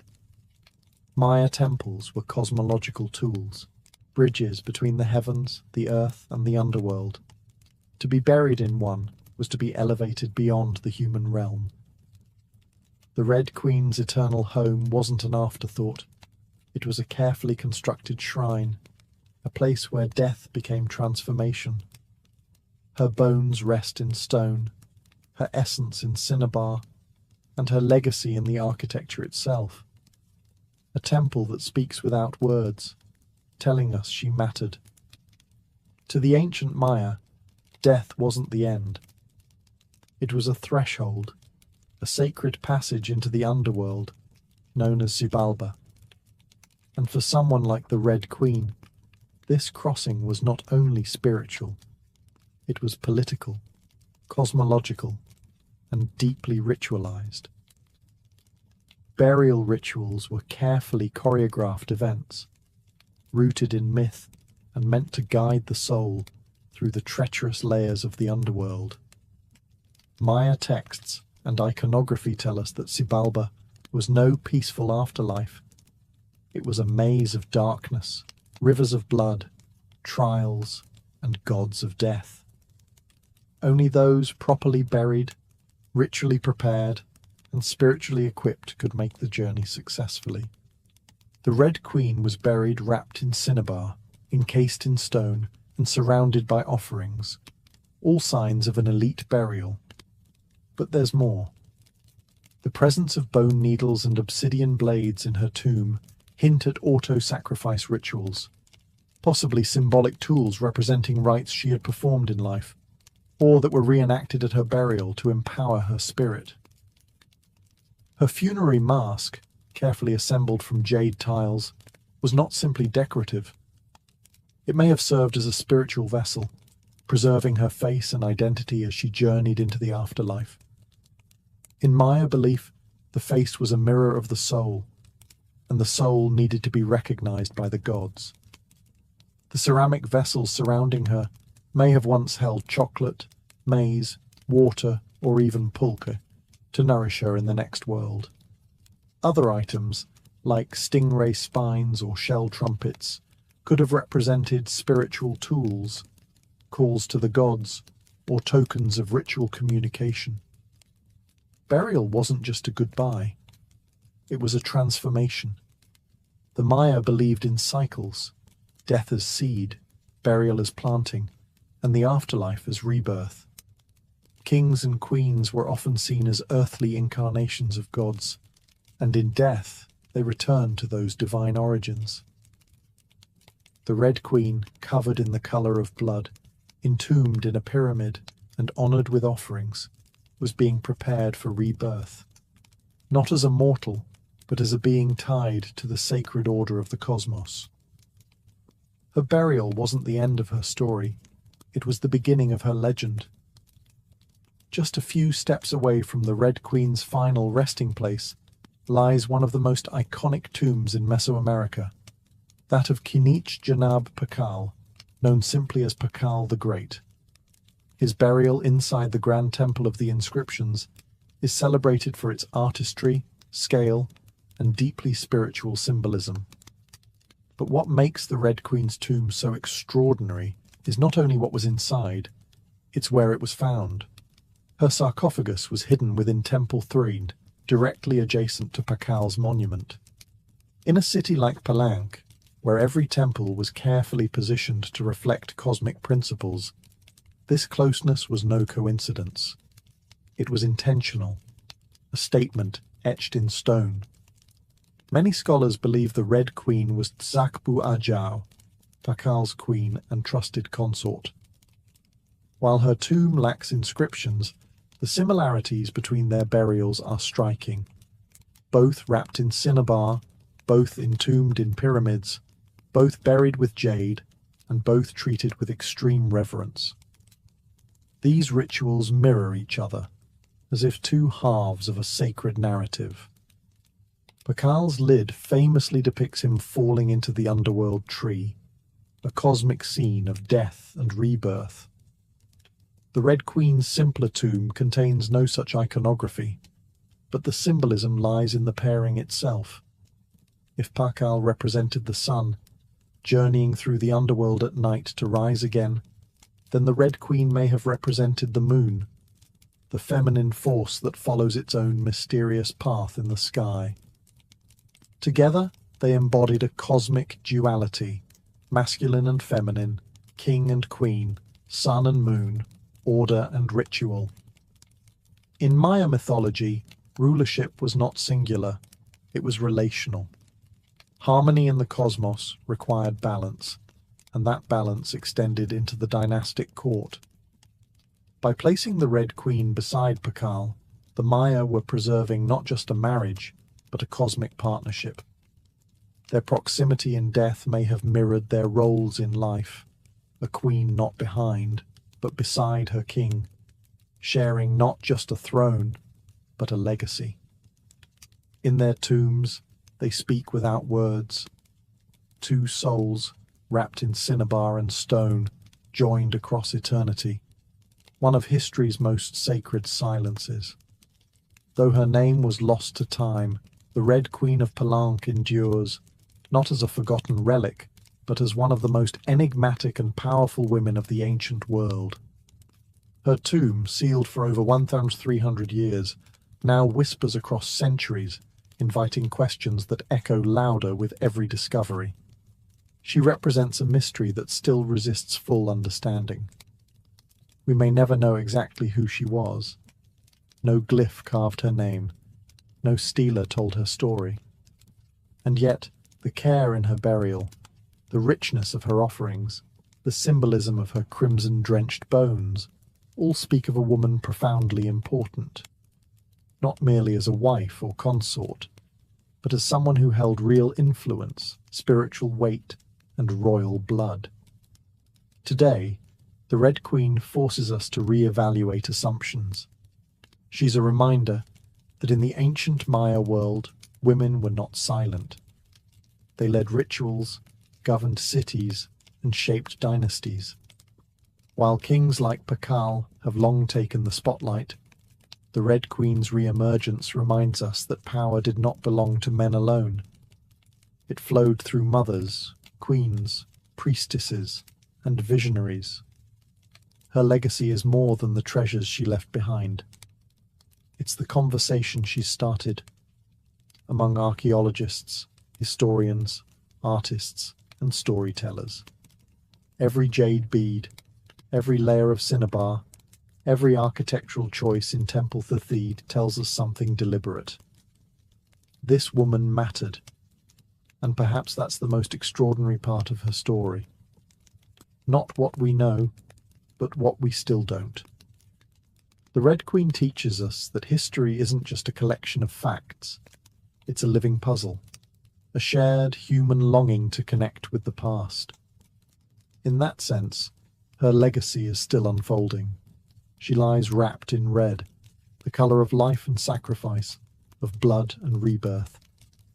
Her face, once hidden behind a jade mask, now stares back at us through science, art, and wonder. She remains nameless, but not voiceless, mysterious, but not forgotten. The Red Queen may have ruled a kingdom in life, but in death she rules something greater, our imagination. Her tomb was sealed in stone, her story was written in silence, and still, somehow, she speaks. Frida Kahlo was born on July 6, 1907, in the vibrant district of Coyoacán, then a village on the outskirts of Mexico City. Her childhood home, the Casa Azul, the Blue House, was filled with color, contradiction, and quiet strength. It would later become a sanctuary, a battleground, and a museum to one of the most iconic artists of the 20th century. Frida was the third of four daughters born to Guillermo Carlo, a German-Hungarian photographer, and Matilde Calderón, a devout Catholic of indigenous and Spanish descent. Her parents were opposites: Guillermo, reserved and intellectual; Matilde, religious and emotionally distant. Frida would inherit her father's introspection and artistic eye, but also her mother's fierce resilience. As a child, Frida was imaginative, outspoken, and bold. She read voraciously and asked questions most adults didn't want to answer. But at the age of 6, she contracted polio, which left her right leg thinner and weaker than the other. A physical difference she tried to mask with long skirts, but never allowed to limit her spirit. The illness left her bedridden for months and isolated from other children. During this time, she grew close to her father, who encouraged her to exercise, ride bicycles, and stay mentally sharp. Unlike most girls of her time, Frida didn't aspire to become a wife or a homemaker. Her goal? To become a doctor. She enrolled in the prestigious National Preparatory School in Mexico City at age 15, one of only a handful of girls accepted. There, she stood out not just for her intelligence, but for her rebellious wit, radical thinking, and unique sense of style. She joined a group of young intellectuals known as the Cachuchas, who debated philosophy, literature, and politics. Frida was drawn to revolution, to ideas that challenged tradition. But even in those early years, before the bus crash that would define her body, and before the fame that would define her legacy, Frida Kahlo was already painting herself into the world, with sharp edges, unapologetic ideas, and an identity too big to fit inside anyone else's expectations. She wasn't just growing up in Coyoacán, she was preparing to remake herself entirely. On September 17th, 1925, Frida Kahlo's life was split in two: the girl she had been and the woman she was forced to become. That afternoon, she boarded a wooden bus with her boyfriend, Alejandro Gomez Arias, after school. They were laughing, teasing each other, and probably arguing. Frida never did anything halfway. But moments later, the bus collided with a streetcar, and in an instant, her future unraveled into pain, metal, and silence. The crash was horrific. The streetcar crushed the bus against a wall, splintering wood and flinging passengers. Frida was impaled by an iron handrail. It entered her left hip and exited through her pelvis. Her spinal column fractured in 3 places. Her right leg shattered. Her foot dislocated. Her collarbone and ribs broke. Her shoulder was dislocated. Her abdomen was pierced. She was just 18 years old. A man covered her with a borrowed overcoat. Someone else noticed her body was sparkling, not from blood, but from the gold powder she had been carrying in a pouch. It had exploded on impact, dusting her broken form in what looked like glittering ash. Frida was taken to the Red Cross hospital and underwent numerous surgeries over the following months. She spent weeks in a body cast, flat on her back, immobile, writhing with infection and uncertainty. The future she'd imagined, of becoming a doctor, slipped further away with every passing day. But in that stillness, something began to stir. Her father gave her brushes.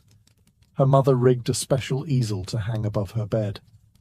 A mirror was placed on the canopy so she could see herself. And there, lying in plaster and agony, Frida began to paint, first out of boredom, then out of obsession. Her first subjects were her own reflection, because she was all she had. But what emerged wasn't vanity, it was survival. The crash had broken her physically, but it had also opened a door. a door into her own mind, her own body, and eventually into the surreal language of pain and identity that would define her art. The girl who wanted to heal others now began healing herself, one brushstroke at a time. As Frida Kahlo lay encased in plaster and steel, a body fighting itself with every breath, she began to paint. What started as a form of therapy soon became a language, and that language was deeply personal, brutally honest, and often hard to look at, which was precisely the point. Frida didn't paint pretty flowers or polite landscapes. She painted pain. Her pain. Physical, emotional, and existential.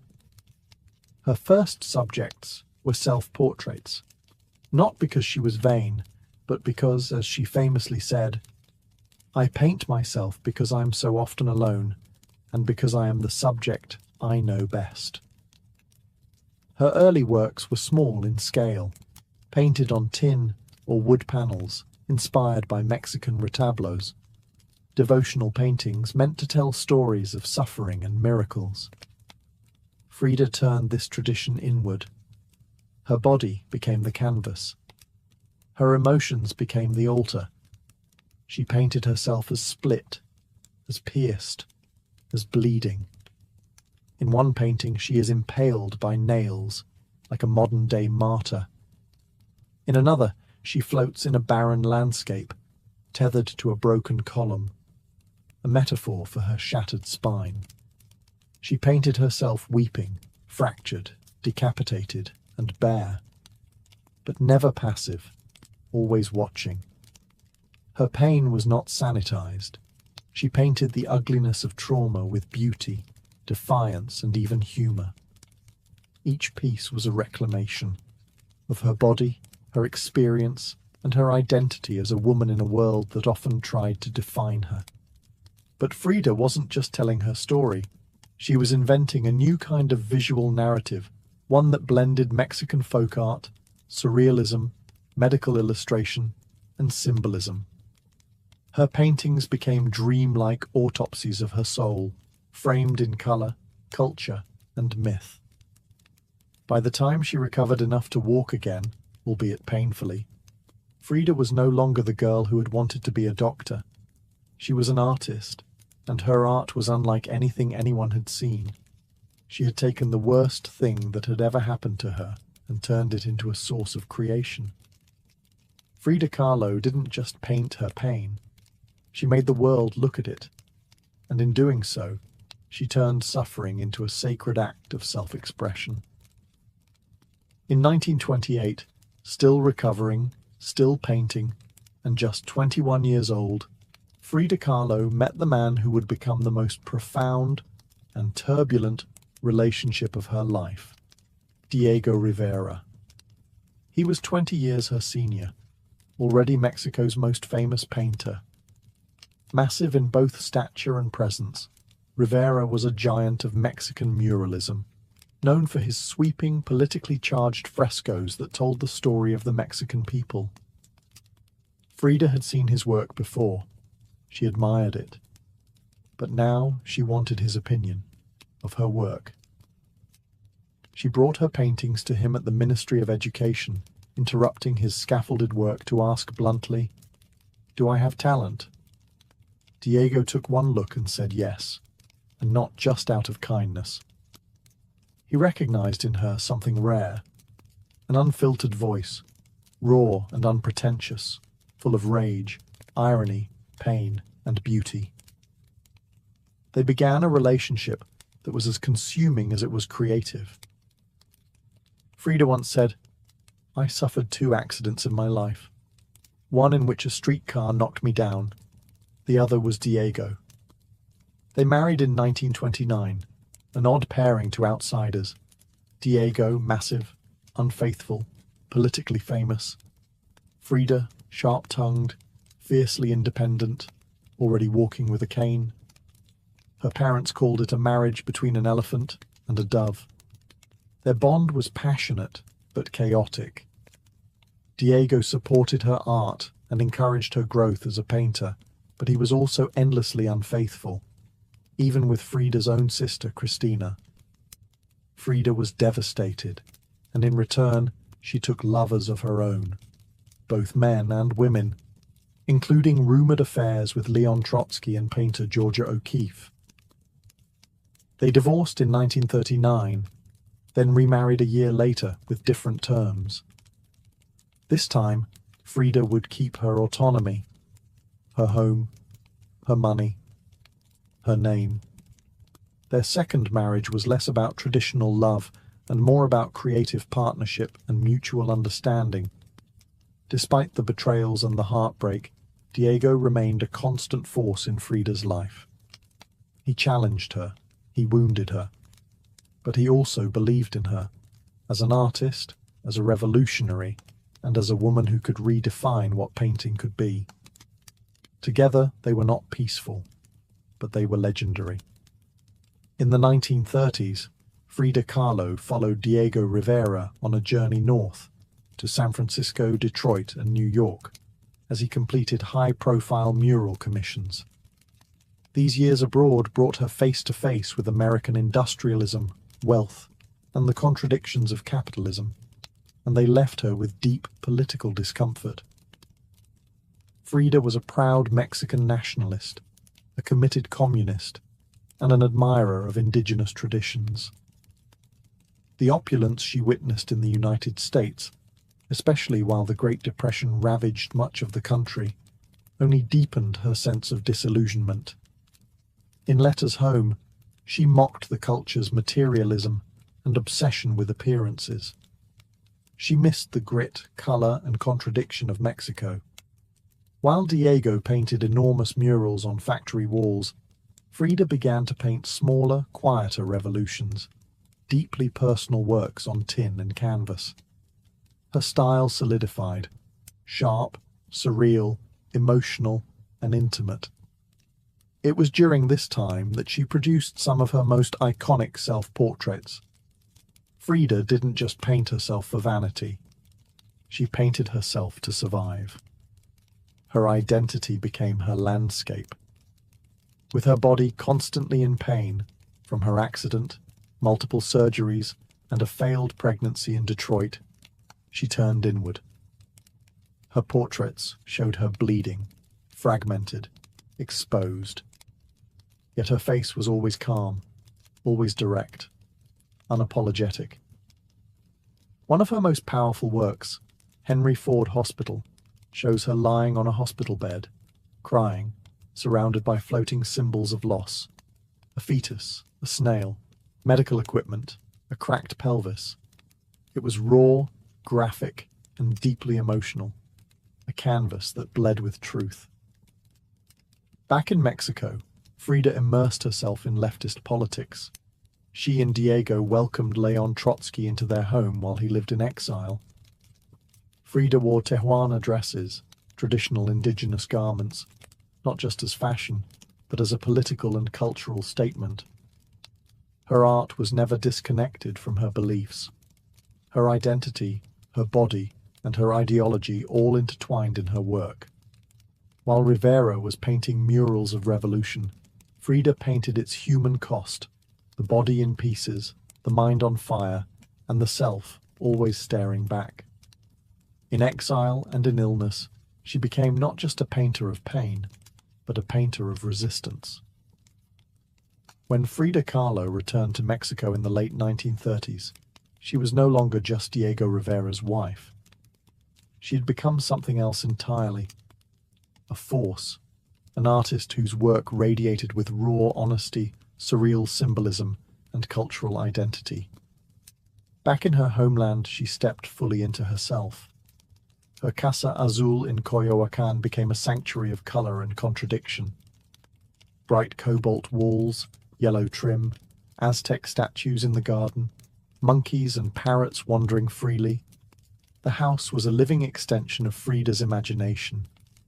It was a blend of tradition and rebellion, elegance and earth. Here, she surrounded herself with pre-Columbian artifacts, ex-votos, folk art, and revolutionary books. She wore bold Tijuana dresses, wove flowers into her hair, and painted amid the scent of copal incense and the sounds of mariachi on the street outside. This period marked an explosion of creativity. Her paintings became more intricate, more symbolic, and more political. Works like the two Fridas revealed a divided self, one in European dress with a bleeding heart, the other in indigenous clothing, strong and composed. It was Frida's visual autobiography, a portrait of love, loss, and heritage. In 1939, she exhibited her work in Paris, where artists like Picasso, Breton, and Kandinsky praised her fiercely original style. But even among the surrealists, Frida stood apart. When André Breton tried to label her as one of their own, she pushed back. "They thought I was a surrealist," she said. "But I wasn't. I never painted dreams. I painted my own reality." She painted Mexico, not the romantic postcard version, but the living, breathing country she adored. Her work pulsed with symbolism, skeletons, hummingbirds, hearts, thorns, corn, and blood. She honored the indigenous roots of her homeland while unmasking the violence of its past and present. But even as her artistic voice grew stronger, her health continued to decline. Multiple surgeries, infections, and chronic pain became daily realities. Still, she painted through it, propped up in bed, torso bound in corsets, fingers clenched around the brush. Frida had returned to Mexico not to rest, but to reclaim her power, through paint, through politics, and through her fearless embrace of the self. As the 1940s wore on, Frida Kahlo's body continued to betray her. Her spine was deteriorating. Her right leg was constantly infected. She underwent more than 30 surgeries in her lifetime, often in grueling succession. At times, she was bedridden for months, encased in body casts or immobilized by traction devices that stretched her bones apart. But still, she painted. Each canvas during these years became both a release and an act of resistance. Her works grew darker, more defiant. She painted with a clarity sharpened by pain, refusing to hide behind metaphor. In The Broken Column, she presents herself split down the middle, her body pierced with nails, a cracked ionic column replacing her spine. Yet her face is stoic, her gaze unflinching. Pain for Frida was no longer just a subject. It was her companion, her antagonist, her muse. Her political voice also grew louder. She joined the Mexican Communist Party, marched in demonstrations, wrote fiery letters, and called out imperialism and injustice. When her health no longer allowed her to walk, she appeared at protests in a wheelchair, defiantly holding signs and shouting slogans. In 1953, Frida was given her first solo exhibition in Mexico, a long overdue celebration of her art. But her health was so fragile, doctors told her she couldn't attend. So she did what only Frida would do.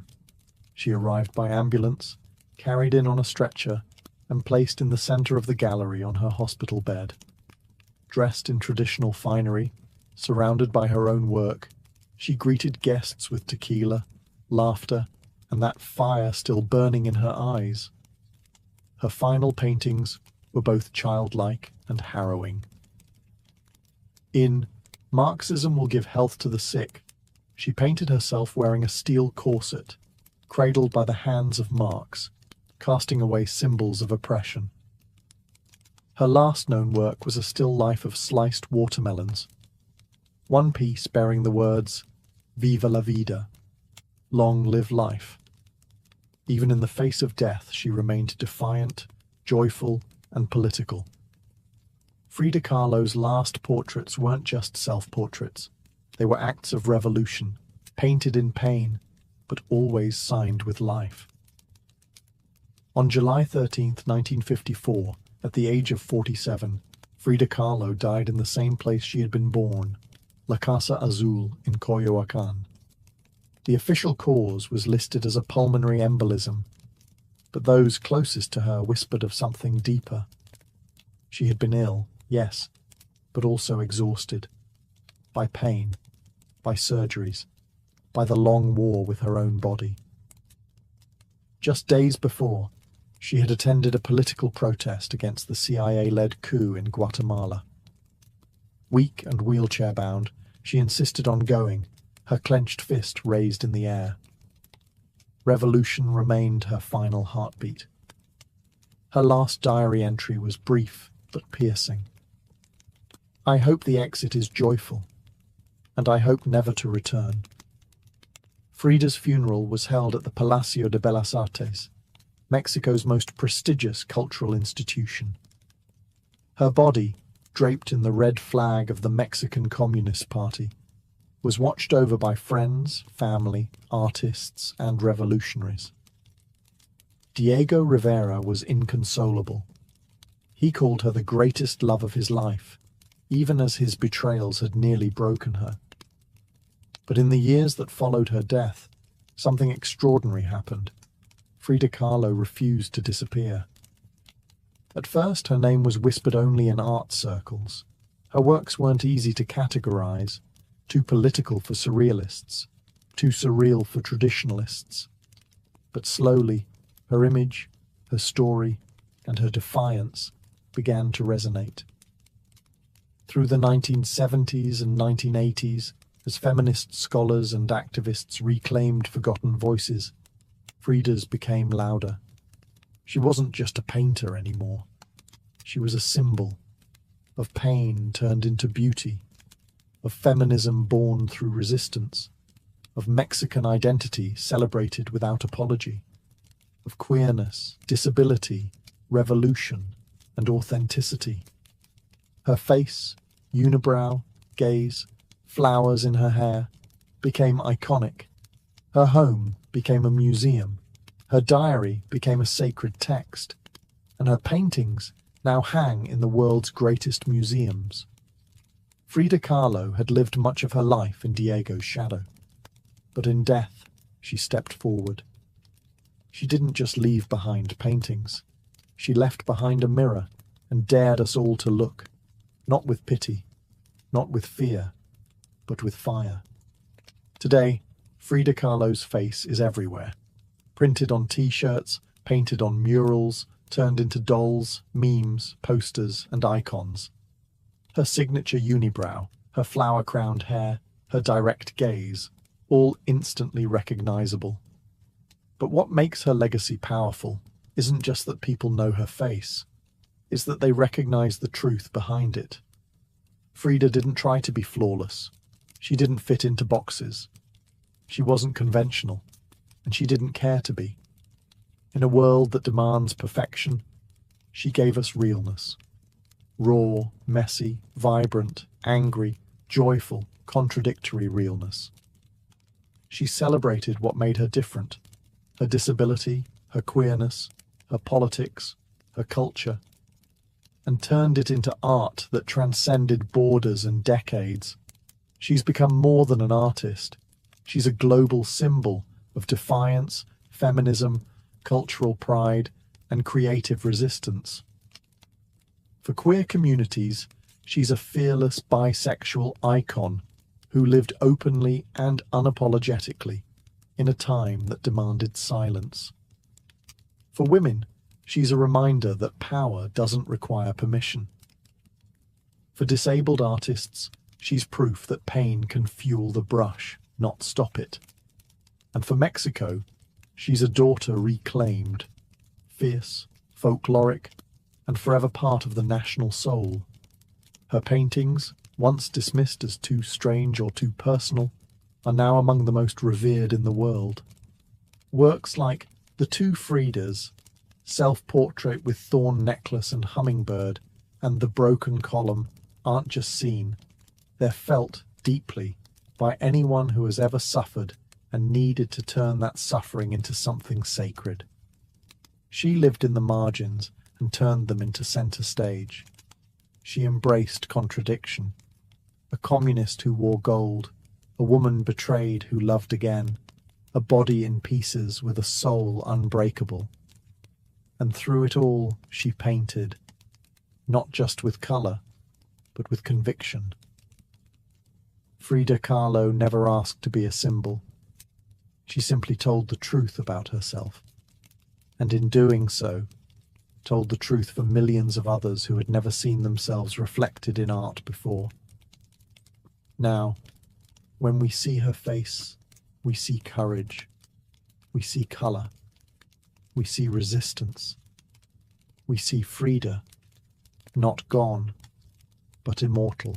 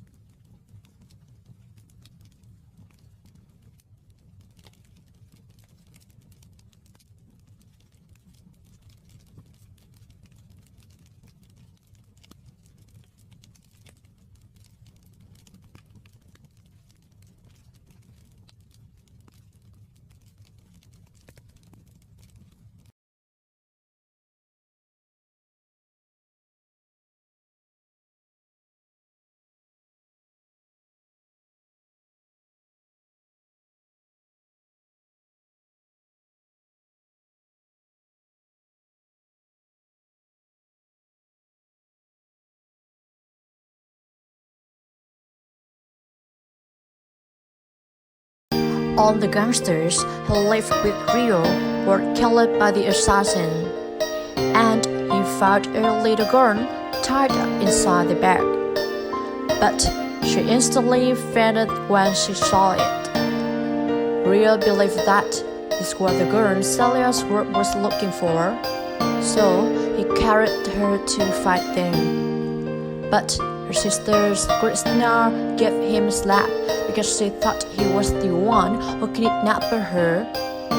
So Christina's entourage asked him to go back with them to explain everything. It turns out that Christina and her sister Flora are princesses of this belting kingdom. And even though he was asked to take Rio's testimony properly, the night Charles beat him brutally because he was sick after letting Flora be arrested. Fortunately, Flora regained consciousness and let everyone know that Rio was the one who saved her. So Celia and the female bodyguard rushed into the prison to ask Charles to release him. Right after that, Celia used healing magic to heal Rio, and Rio was restored to his appearance to enter